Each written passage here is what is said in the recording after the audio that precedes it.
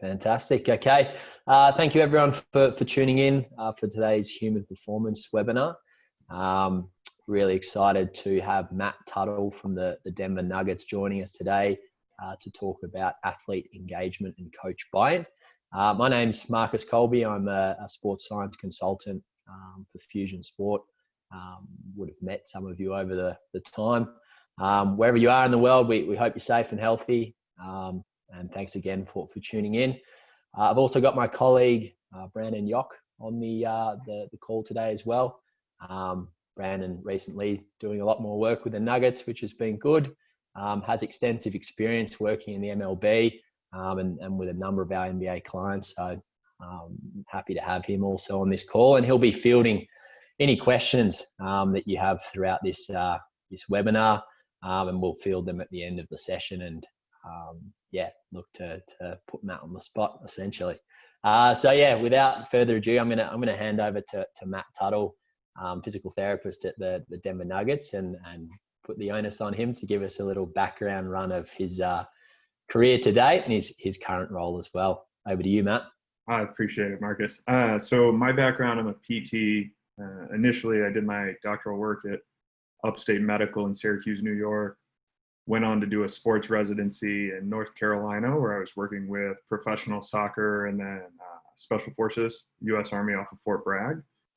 From there, manual therapy fellowship in a similar population, staying in professional soccer for a few years there, then had an opportunity to jump on with the Nuggets. And at the time, there wasn't a great deal of a sports science program built up, and the NBA was very new to some of this material. So the role has evolved over the years. I started my PhD in exercise and sports science out of Central Queensland at the same time as we've been building up a program inside of the NBA and trying to educate coaches on why this information is valuable and how to use it to best serve our athletes. Fantastic. It sounds like a really diverse kind of journey, and I think with our discussion today, I think some of those experiences probably lend well for the different personas that you'd had to engage with over the time. So obviously with today's webinar, we do have that focus around kind of engagement and coach buy-in. We'll go off on a couple of tangents at times, I think, but as this first kind of theme, really want to, dive into the importance of kind of compliance, whether that's using certain technologies or getting your athletes to fill out any type of subjective questionnaire or response. So I want to kind of talk to compliance and clean data and just understand from your perspective the value you've seen with consistent data collection and what that's looked like for you. Yeah, and I would be lying to sit here and say that it's been a smooth process over the 3 years that we've been building it. But it's important for us not just to have a good data collection, but also a full data set. Because when we think about data sets in other sports and the amount of research that has been published in other sports, they have a lot to fall back on. But in the NBA, if you're only getting 1 or 2 players to be compliant in your program, and even if it's those 1 or 2 guys over the course of the season don't miss a day, that's fine, but you're missing out on what could be the bigger picture. So we've chipped away at this little by little. So in the first year, just introducing something as simple as subjective RPE and getting some not so pleasant responses from guys when we initially set that process off. Guys weren't excited for us to be collecting more data, but just staying consistent with, hey, here's why we're doing it. Here's how we're going to use this. Here's how it's going to benefit you. And then year by year, adding pieces to that. So from there, adding a subjective wellness survey the next season, then building out our wearables program over this year and moving into next season. And just building that little by little has allowed us to keep a pretty robust and good compliance from our athletes at this time. So it's not smooth though. There's still days that guys will, chew you out and rip you up a little bit, but I think just staying consistent and not kind of letting that back you off of your stance of, hey, we need this, this is valuable, and let's talk about why. For sure. And I guess in terms of vetting those technologies and vetting that process, what was that kind of journey for you like? And for you across your career, I guess, and just understanding your process for kind of settling, I guess, on the right approach. What's that experience been like for yourself? Soccer was a lot easier. I won't lie. Soccer players are more familiar with this technology. It's overseas, it's in academies. So for them to be like, hey, I need you to throw on this heart rate strap and this GPS unit was never much of a battle. And we could mandate stuff a lot more in soccer. In the NBA, it's been completely different. So we tried to decide on a few things that we thought were really valuable instead of trying to do everything. There's a lot you can do in this space, but what are your home run techniques? So what are your few things that you think are truly valuable? And then vetting the technology, what technology has been proven to be valid and reliable. So the NBA has made that part a little bit easier on us through their wearables committee. So we didn't have a ton of choices, but once we had settled on a product, it was like, all right, now we've got it. Let's be consistent. Let's get years of data put together. Now, the chipping away at the athletes has been showing them our data set. Like, hey guys, here's what we're collecting. I'm going to show you on my computer. We're going to talk through this. Because ultimately in the NBA, I need them to say yes. I can't force anything on them. We can't have any punishments for them not being involved in this program. So we try and show them it's an open book. It's, hey, here's what we're collecting. Here's what we show the coaches. Here's what we show the front office. Here's what doesn't get seen by anybody besides our eyes. And that seems to have built a pretty strong piece of trust with a lot of the players. For sure, definitely. And yeah, I guess just on that process as well, around kind of your athlete engagement, and something that's been really impressive over the time we've worked together is, managing to get the players on board with X technology stack or filling out a questionnaire or giving that verbal feedback. So I wonder if we could dive a little bit more into that approach. And I know you've got certain strategies you've used to kind of walk the players through the information. If you could kind of talk to that a little bit further. So I try to multiple times a season. So it's not like, hey, the first day a player comes in, I'm going to show you this, hope it all makes sense, and then never talk to them about it again. I try and sit down with players 3 to 5 times a year. So the first day of preseason or in the day or two leading up to it, sitting down and opening that computer screen. Here's what it is. Here's why. Ultimately selling the players on, here's how a coach is not going to be allowed to work you as hard because we have this information. We have data to support what we're doing. So getting them then, usually you catch a lull. For any NBA people on the call will understand, like when you hit December, January, where it's that lull before the All-Star break, we try and catch them again then because practices start to fall off and guys start to feel like they can get away with not wearing sensors. Catch them right after the All-Star break and then a few weeks before the playoffs, and then just let it ride from there. So that's the strategy of showing it to them, and then really creating an education strategy that talks to what they understand. Everybody on this call has years and years of education, and our players are not familiar with that. So instead of saying internal and external workload, it's, hey, we're just trying to show coach how hard you're working, and when you're working too hard, we can make practices lighter for you. Or we can change your program in the weight room. So always reflecting back on what their bias is. And oftentimes it's less is more for them. They don't want to do extra. I don't want to run more sprints. So let's try and dial those pieces back. Seems to be pretty good. I think the other piece of that is the timing that you try and grab guys. Initially I would just like, oh, hey, I'll just grab them whenever. But trying to grab guys when they're on their own and there's not a lot of players around them seems to be more valuable. Trying to get them, which is super challenging, to put their phone down during that and really engage with you. Because a lot of times players are pulled from every angle, coach, agent, friends, family, all trying to get a hold of them when they're in the locker room with all the players. It's, I don't want to deal with your nonsense. And then you just kind of get crushed from all sides. So trying to get guys like right before they're starting to work out, if they've got a few extra minutes and they're walking up the stairs, like I've got my computer and I'm talking to them. They don't have their cell phone and they're looking over. Or right after a workout when they're sitting kind of on the bench, hanging out by themselves, watching other people work out, that seems to be another time. So trying to time your education seems to be really important with this group in particular. For sure. And I guess, is it a pretty visual education kind of process? You're always trying to refer to a visual And I guess an expansion on that, are you trying to link back to basketball? Is there always like an end performance theme that you kind of circle to? I'd be Sure. curious. I think understanding like individual players' learning strategies. So some guys, it's as simple as opening it up and, like you said, just visual. Just here are the graphs inside of our program. Here is what we look at, and guys start to process that a little bit. Versus some guys are like, I have no idea what this graph is telling me. Can you walk me through it step by step? So talking to them, and then always back to performance. If you are healthier, if you're on the floor, we can keep you rolling throughout the season. Bigger contracts at the end. So trying to figure out what their bias is for why they're playing basketball too. Do they love the game for what it is? Are they in a contract year and they need to say, well, I don't, I want to make more money in my next contract. How do I stay healthier? How do I perform better? So just trying to pick out those bits, and you can learn from guys just by sitting and talking to them and not always having an angle. For sure. No, that's great. And I guess, on that healthy piece, do you see better engagement with those, say, in a rehab process, or what's the kind of theme, I guess, that you've seen over the NBA? Yeah, the rehab process is always easier. We had a few guys, 2 years ago that weren't really high on wearing accelerometers or like our LPS setup. They had no interest in it.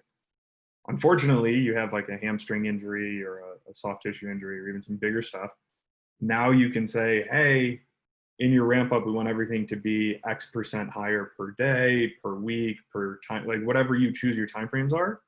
Guys seem to buy into that more once they've been injured, and you can show them value and say, hey, we can try not to come back here. We can try to avoid this happening again. So we definitely have more success there. The contract year guys sometimes are a little tricky because they feel like the information's being used against them.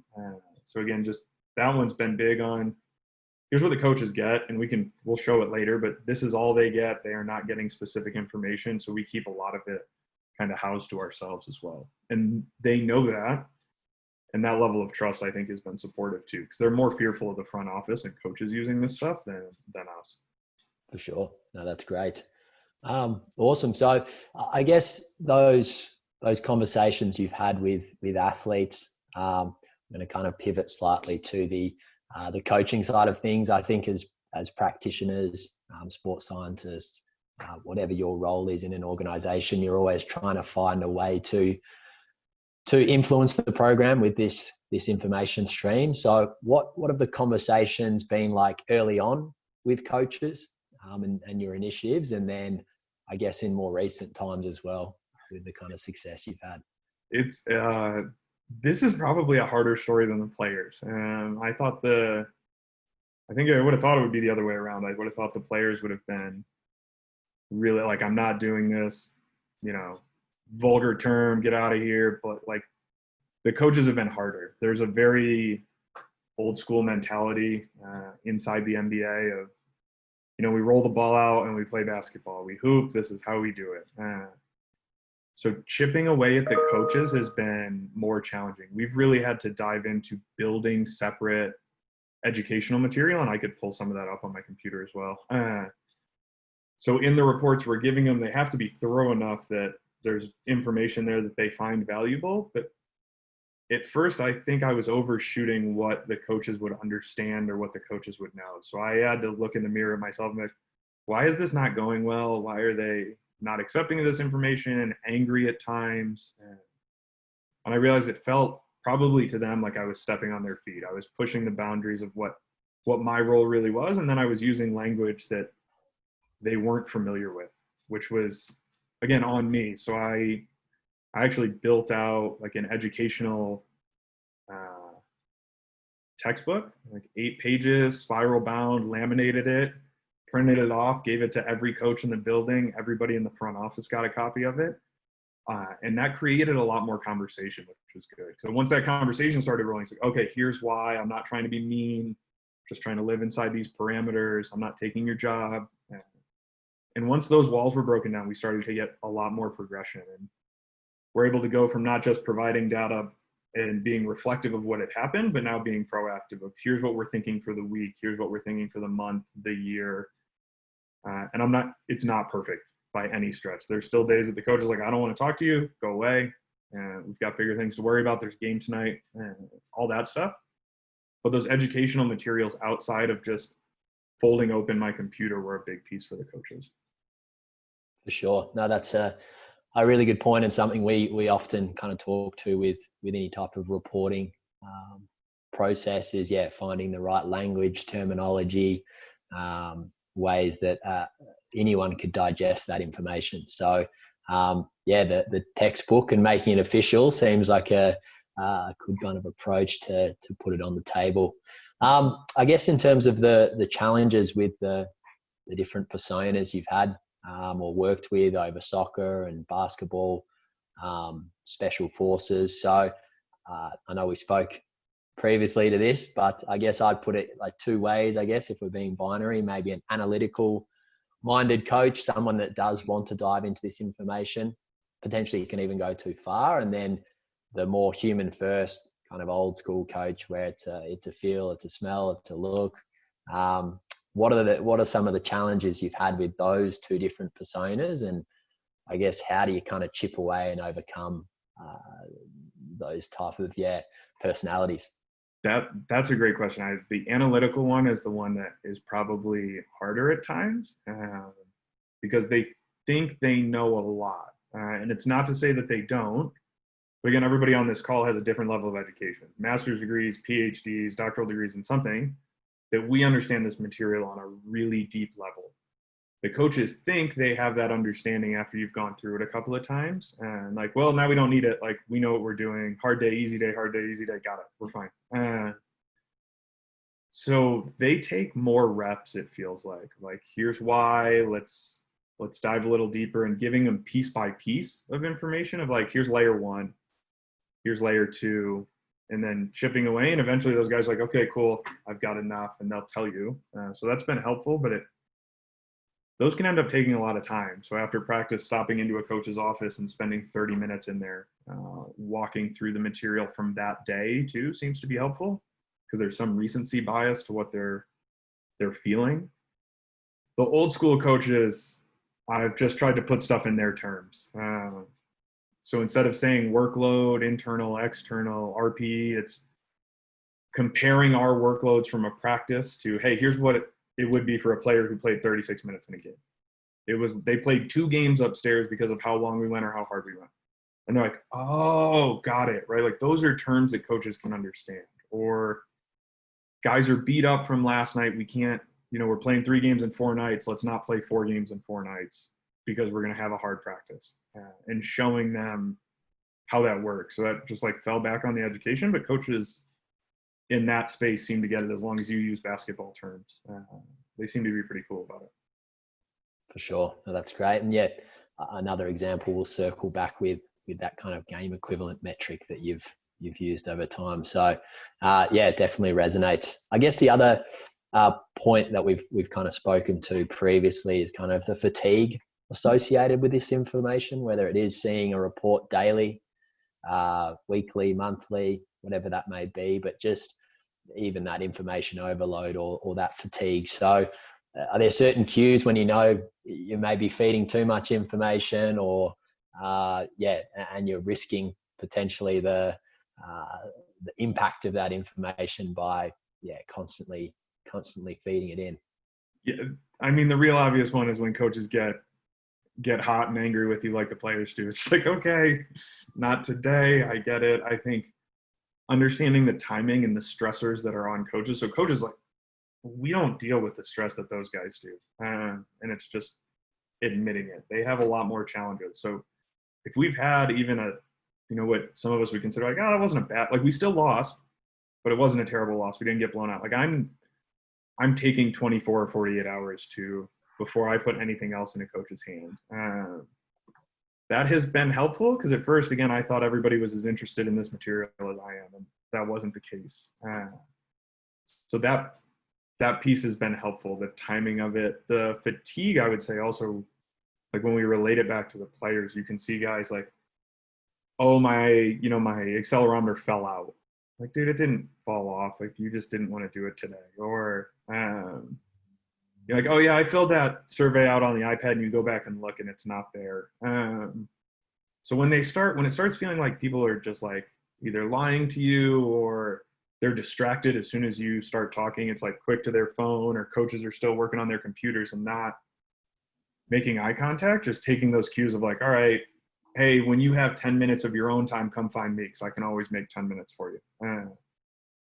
That seems to be helpful. And then just giving guys breaks. So on a not game day, there's times that I'll choose like, hey, if it's only going to be one guy in the building and he's going to work out for 15 minutes, I've got enough comparable data that I can input that into our system and just like leave him be for the day. Like, hey man, it's cool. We don't have to poke you all the time. Because at some point it feels like you're just poking a bear waiting for somebody to rip you up.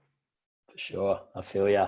And then I guess like one other point is kind of gamifying this process. So making it feel like a game for the athletes, whether that's competing with each other from the different information streams, or even the coaches as well, I guess. So are there any stories, I guess, around kind of gamifying this process and getting them kind of revved up? Yeah, so in soccer, the GPS was great because guys always wanted to compete over how far they ran. I have no idea why, but that was always a challenge in practice, is who could run the farthest. So being able to get that data available quickly and show them, so the guys were pushing each other a little bit. In the NBA, it's now that we have an LPS set up in our facility, it's been similar with those metrics. But they're interested in how fast they went. Top speed's always interesting for these guys, and then how hard, like who worked the hardest. So in Connexon set up a mechanical load, in Catapult set up their accumulated acceleration load, like those metrics, trying to create challenges for the guys. And then inside of Smartabase is the engagement dashboard, has been awesome for recovery. So being able to put that up on the screen, on the TV screens inside the locker room, and guys can say like, hey, why is his picture gold? Why am I blue? Or why isn't my face on the board? That turns it into a little bit of a game. And then they also recognize that coaches see that same material. So they're not allowed to come in and say they're sore if the coaches know on the screen yesterday they didn't do anything for their recovery. And we'll count a lot of stuff. Like, so we'll still leave it in your core. We just want you to do something at the end of the day. So those seem to be ways to get guys a little bit more bought in and game the system a little bit. Sure. No, that's great. Awesome.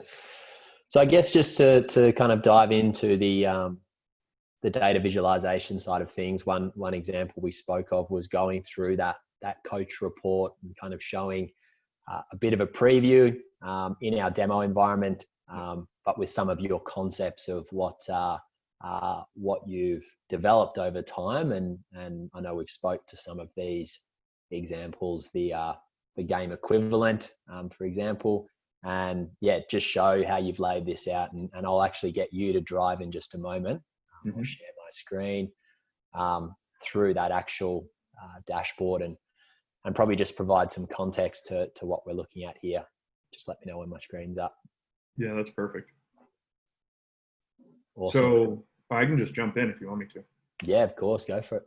So we have built out something very similar to this, almost exactly the same, where we show a wellness report. So we show our subjective scores over the last 14 days, the composite score. So all of our questions are on a 1 to 5 scale, and then simply just multiplying that to be out of 100. Because again, for coaches to understand it, like I don't know what the difference between 2.7 and 2.9 is. And let me backtrack and preface this a little bit. I understand this is not purist at times, and it is not what the research says or the textbook says or composite metrics. That I'm on board with anybody who is like, well, that's ridiculous. I'm with you. But sometimes to get stuff across to coaches, like you have to cut some corners and you have to live in their space, not the space that we want to live in or not a lab space. So that composite wellness metric seems to do pretty well. We have built out actually the color changes there are off of the average for the year. Brandon and Marcus have done a nice job, and then building a standard deviation away from that. So more often than not, it's yellow, but for us, when we're nerding out in our high performance meetings, we understand how big those changes are and how important the changes are. For the coaches, we just color code it because it makes it easier for them.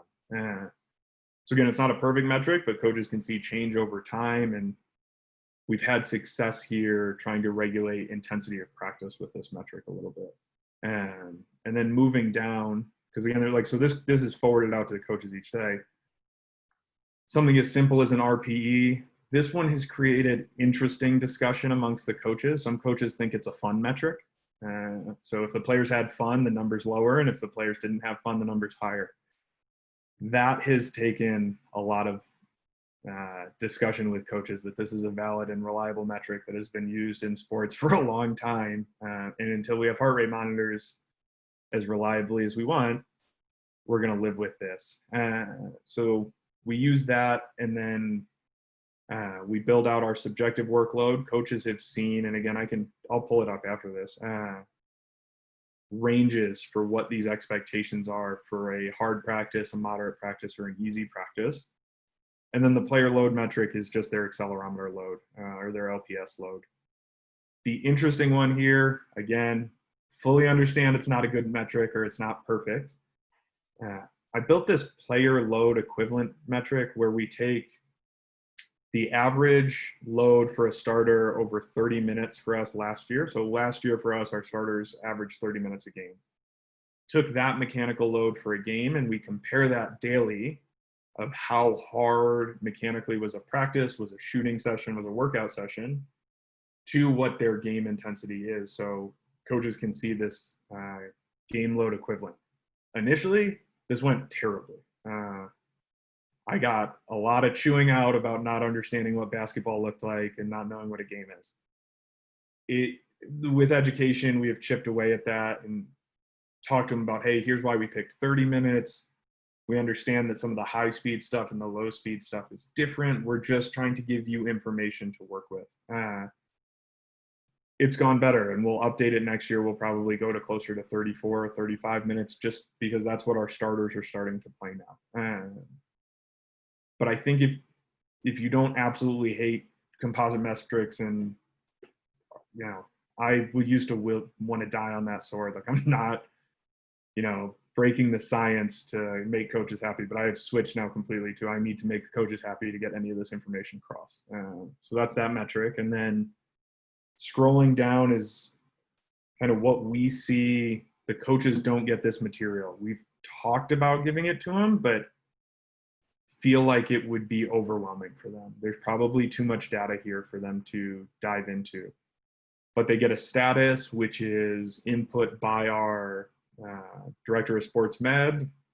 So that information is exactly the same report that he's sending out separately.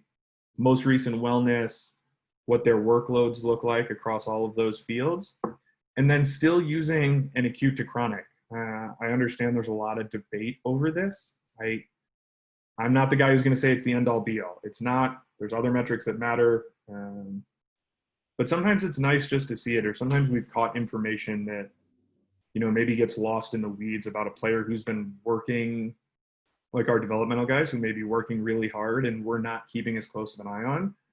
It can be a flag for us. Like, oh, he's had 5 really hard workout days in a row because the player development guys keep grabbing him. Like, how can we regulate that? Or is there a way that we can get this individual more recovery?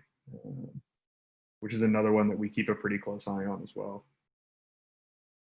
Sure. No, that's great. And I guess, to that point, and some of the work that Brandon's also been kind of working on is around the engagement as well, and having a really kind of concise way of showing who's engaging with what in the program. So that's a really good run through of what you're currently implementing, which is really cool. Did you want to share your screen, Matt, or do you want to? I think this is, I don't know, maybe I think it's more valuable than it is, or I think it's cooler than it really is. But let's share this. Here we go. So can you guys see that? Perfect. Yeah, so this is the build out that I made of our reporting system for educating the coaches in the front office. I didn't do all the graphics on here. I sent it to my graphics team, and they spit back my mediocre looking slides with some really nice stuff. But so I went through and just labeled each thing.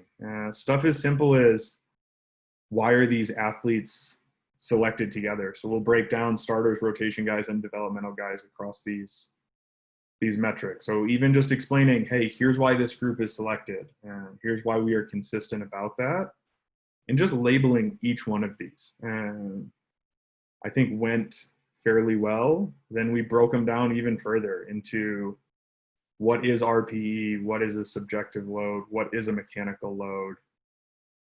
And if you notice some of the language in here, there's a couple of kind of science terms, but trying to keep it simple in coaching, non-medical, non-performance terms.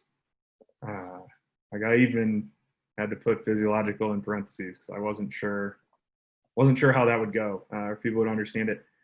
Here's where I dove in a lot farther onto that game equivalent. And this was actually a moment when I saw coaches' eyes be like, oh, got it.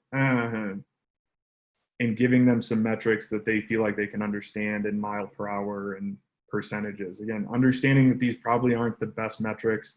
If Jesse Green from the Kings is on the call, I understand this is not a great performance pace metric, but that's too bad. My coach loves miles per hour, so we give it to him.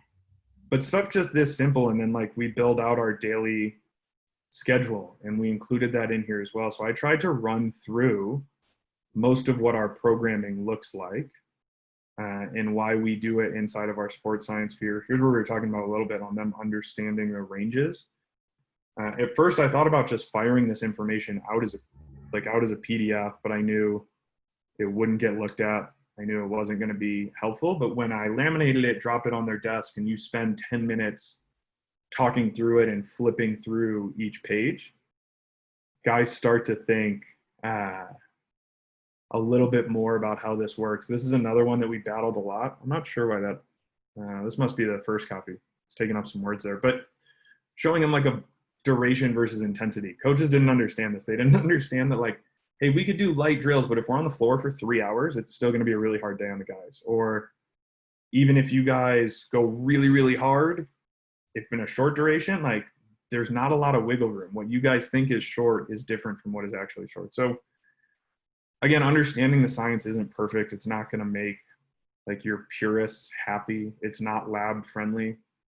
We don't work in a lab. So this has helped to get some of that engagement and buy-in for anybody that's interested in that material.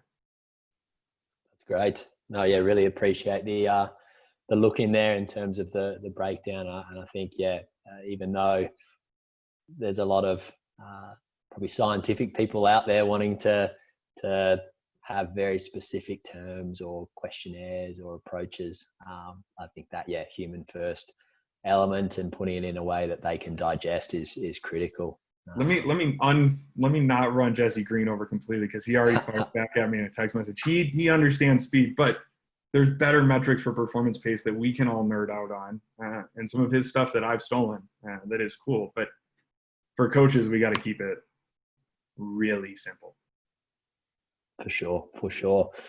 Just going to take a slight interim and see if there was any kind of questions coming through on the chat line. So, Brandon, anything of note as of yet? Nothing as of yet, but if you guys have questions, feel free to fire those through. Fantastic. So please reach out prior to kind of the end of the webinar if you do have anything for Matt today. So kind of moving to another theme that we've kind of spoken to in the past, just around expanding your ideas in this sports science space. We all know from the different programs we've worked in or worked for, change can be pretty scary. And if you're wanting to bring in new initiatives, whether you're new in an organization, you've been there for a number of years, that can be quite a challenge, I think. So I guess just, talking to where you're currently at with the program, Matt, and then where you see that going in the future and how you're going to introduce new ideas. It's getting challenging, to be honest with you. I think I have a lot of big ideas, but it's also falling back on some of the fatigue you talked about earlier. So at this point, anything that we add, any demands that we add on the guys, it's also, hey, we're adding something, what else can we take away? Or we're adding something, where can we throw them a bone elsewhere, to make them feel like we hear you, we understand this is a lot. As far as what does it really look like, I think for us, building our practice plans more accurately, talking to coaches about what drills work on what days and why. Again, I'm not telling you what drills to do, but here's a template. Here's 20 or 25 drills that fit on this day. Pick X number of them. I think trying to do that without really pissing people off is going to be hard. But we had some success with that in soccer and trying to regulate practices a little bit more. The other one is doing more discussion around small-sided games. And this really relates more to the developmental guys and the rotation guys than starters. But when are we playing small-sided games? Why are we playing on those days? So getting that question asked and answered every time and having good logic behind it, not just the old school, well, these guys haven't played in a while, let's go play. And then inside of that, are we playing 2-on-2, 3-on-3, 4-on-4? Is it half court, full court? What are our goals there? How does it fit with what our strength coaches are doing in the weight room and what phase we feel like these guys are in their development? So chipping away at that. And then the last one that is going to be a laugh for any NBA guy on here is trying to get heart rate straps on guys. So we have purchased them. I've got a little bit of buy-in from the guys I've talked to already about it. But boy, I think this is going to be a challenge once we're ramping up back from the hiatus. So we're not just using RPE as a metric here, but we can actually see some of these demands. And I think it's going to be like some of our other stuff. Maybe in the next 3 months, as it looks like we're coming back, we get 3 or 4 guys who use it reliably. And then next year we get 5 or 6 guys, and then it just rolls from there. I think as we do that, we can get it long-term, but none of this is happening tomorrow. This is going to take years to get it put back together. For sure. No, I can definitely empathize with that. And I guess like with the technology front and the different ideas, do you ever, I guess, hook up the coaches and have them wearing devices and give them feedback? Has that been a thing for yourself and the organization?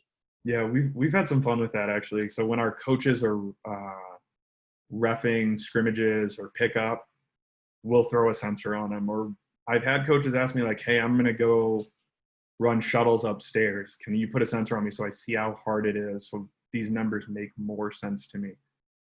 That's been really fun. I don't know if the information's ever truly valuable, but the buy-in piece is huge. And then we've used some of it even on ourselves inside of the performance unit on, what are our sprint speeds? How do we use this relative to their work to rest ratio? So some of that's been fun and enjoyable, and it gets buy-in from your whole staff. Because I think the other one is always good to touch on is it's not just coaches and athlete buy-in, but oftentimes it's the other medical staff, it's the strength coaches buy-in. Not everybody loves this material like if you are really interested in sports science. So any way you can make it engaging for people has been pretty good. For sure. That's great. Awesome. I'm going to hand over to Brandon for this last theme, just around kind of how you're managing this return. So over to you, Brandon. Yeah, thanks, Marcus. So, I mean, we talked about a lot of things, talking about tracking different metrics, on a day-to-day basis. But as far as just managing the return to competition or return to play, what is kind of the current plan or processes that you guys have for managing kind of that return to play, as far as different screening protocols or load management and those types of things? I think we've already started. So we've got a few guys in the building, but I think the piece here has been educating the coaches from early on. This is not training camp number 2. You don't get to go wild. Some of these guys, I would say most, if not all our guys have been working out, but is it at the volume and intensity that we really want them to be? Or is it at the volume and intensity of what the game is? So I think we're going to end up working backwards and, again, looking at our in-game metrics of in-game, we know these are the demands guys are going to face. How do we get them there? So we work backwards. What is the volume we want them to be over what the demands of a game are? And then chipping away week by week and day by day once we have an official schedule, and building that out. And then it's not a perfect system initially, and then responding day to day based on what the data is showing us. Was yesterday harder than we had planned on? Was it lighter than we had planned on? What does their wellness surveys look like when they come in the building? What does it look like just when they're on the table, or when guys are having soreness and are banged up? Like, let's also use that as an indicator, because it's not just, here's this data that they filled out. Well, we've got survey fatigue because it's been 3 straight weeks filling out wellness surveys.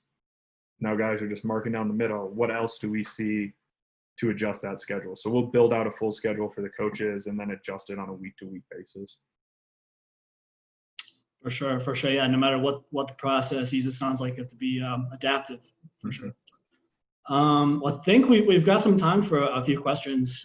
We've got some that have come through. First one that came through that I saw is from Jesse Green, who we've mentioned, asking if you could talk about any terminology or language or verbiage that you found that's strongly resonated with your coaching staff. Yeah, I think the first one is the game equivalent metric. I think relating stuff back to a game.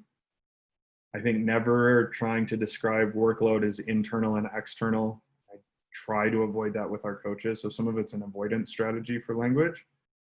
And then everything's back to basketball. This was, hey, he was shooting for 20 minutes. This looks like 10 minutes of an in-game workout. So anything we can go back to that.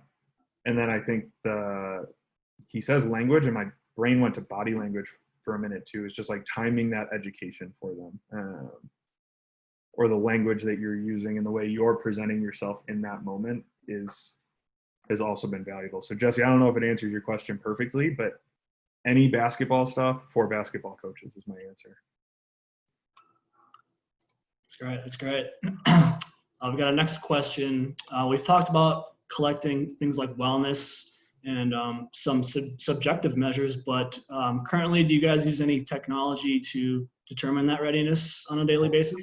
I would love to figure out how to get HRV on a regular basis and loop that into our structure. We're just not there yet. I think that information's great. I think the research around it is super interesting. As a endurance sort of athlete in my free time, I really enjoy understanding that metric. But boy, to get it the right way in this population and get it frequently enough and accurately enough that I feel like it's going to affect our decision making is going to be really hard.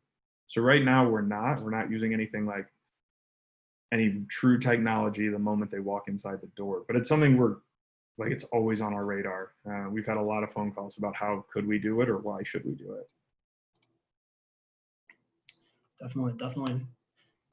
Next question, relating to, I guess, buy-in as far as the coaching staff goes. Have you found it helpful to have some buy-in from somebody like a head coach or, somebody that's popular or prominent on that coaching staff as far as being a leader on the team, just in terms of getting buy-in from the athletes as well? Yeah, I think there's two sides to this. Having the coaches bought in, is important. I try to avoid our head coach, as strange as that sounds, because he's got all the demands in the world. But can I get a couple of the assistants or the higher ranking assistants on the same page as me and their understanding? Because I know they're going to influence coach during meetings. They're up on the court sooner to ask guys about, hey, are you you got your sensor on today? Like, one of those questions every 2 months goes a long way. And then the player development guys for us who spend the most time with the players, and kind of Marcus had mentioned, putting a sensor on them every now and then when they're involved in the small sided games, so the guys see other people are doing it, has been really helpful. This also dives more into players kind of care what coaches think, but they also know they have full reign. So getting your top athletes on board, your top players on board, the ones that are most respected in the locker room, that goes even farther. So in the approach to trying these heart rate straps, I've had a couple of phone calls with guys in our locker room who I consider leaders and talk to them about it ahead of time. Hey man, this is coming. Please don't MF me. when I try and put this on you for the first time in front of everybody, please just put it on. Like, I'll buy you dinner on the road. I will try and slime my way into some of those things, and it seems to work. So if you can get your 15-year vet, your starting point guard, and your starting small forward to do stuff, the young guys aren't going to give you any trouble because they're going to see that happen. So getting some people from the coaching staff, player development, but athlete to athlete has been huge. And telling them ahead of time that you really need their help, because guys also, they appreciate when you're like, hey man, this could go poorly, and I recognize that. Great, great. And then the last question that has been sent through, sort of an interesting one. I think anybody that's familiar with the NBA is familiar with the Kawhi Leonard situation that happened a couple of years ago in San Antonio.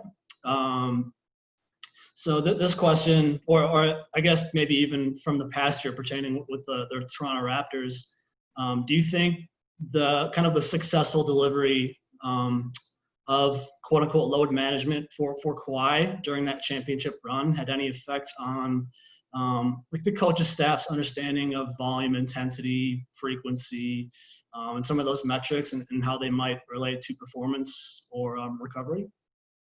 Yeah, this is interesting. I think people see that, and especially front office who maybe have a bigger picture scope of what the season looks like. Like they're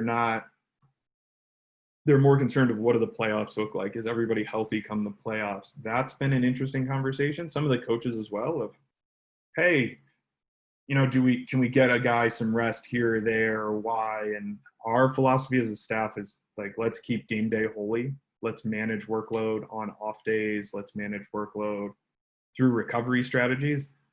So it's definitely had an effect on how front office and coaches view this space. And then it's been educating. I'm like, here's why they did it for Kawhi, or why we think. I have no inside knowledge on that one. It's obviously been successful for him. Here's how this has been, and here's maybe why this doesn't relate to X player on our team. Where the coaches are like, hey, what about this guy? He looks like he's tired. Do we rest him? Like, no. Kawhi has some other, and it gets asked regularly. Like those guys have other things going on that maybe this player doesn't have. But it's definitely created interesting questions, and it's always a hard one to feel like you frame honestly, because when you don't know the whole backstory, it's hard. For sure. It sounds like going back to that education piece, you know, is hugely important. Well, if anybody else has any other questions they'd like to follow up on, you know, feel free to send those through, and we'll try to get to those before we officially wrap up. But I'd like to just thank Matt for his time today, and I'll hand it back over to Marcus to kind of wrap us up. Fantastic. Thank you, Brandon. So yeah, we are coming to the end of the webinar today. We would like to firstly thank everyone for tuning in, and more importantly, Matt, if he one thing to jump in. Yeah, one more question popped up, and I feel like I'd be a jerk for not answering it since you guys invited me on here. Okay. But the question was about like how important is Smartabase been in your process? It's been huge. We, and like Marcus and Brandon are familiar with this, like I'm honest with them. We have investigated using other AMS platforms, and we haven't switched. It should be in your job to always be investigating what's out there, what might be better. Is there something better? We haven't found anything at this point that we feel like can replicate what we're doing inside of Smartabase and the support structure from Smartabase. For our team individually, like Marcus and Brandon have been great to be like, hey, I have this weird idea. Can we build it? Or like, we need to push this information in a better form. Why are we doing it? Or how can we do this inside of Smartabase? And they're just the growth inside of the platform from 3 years ago when we started using it to now has been huge. So like, as you saw, even that educational material, a lot of that's just screen grabs right outside of the Smartabase platform. So that's one of our technologies that I don't see changing very quickly. Fantastic. Yeah, appreciate the kind words and the insight into its use. So, and I think, yeah, with our experiences with the Nuggets organization and to watch it grow as well. Matt's been a really good advocate for building a platform that is practical in its use.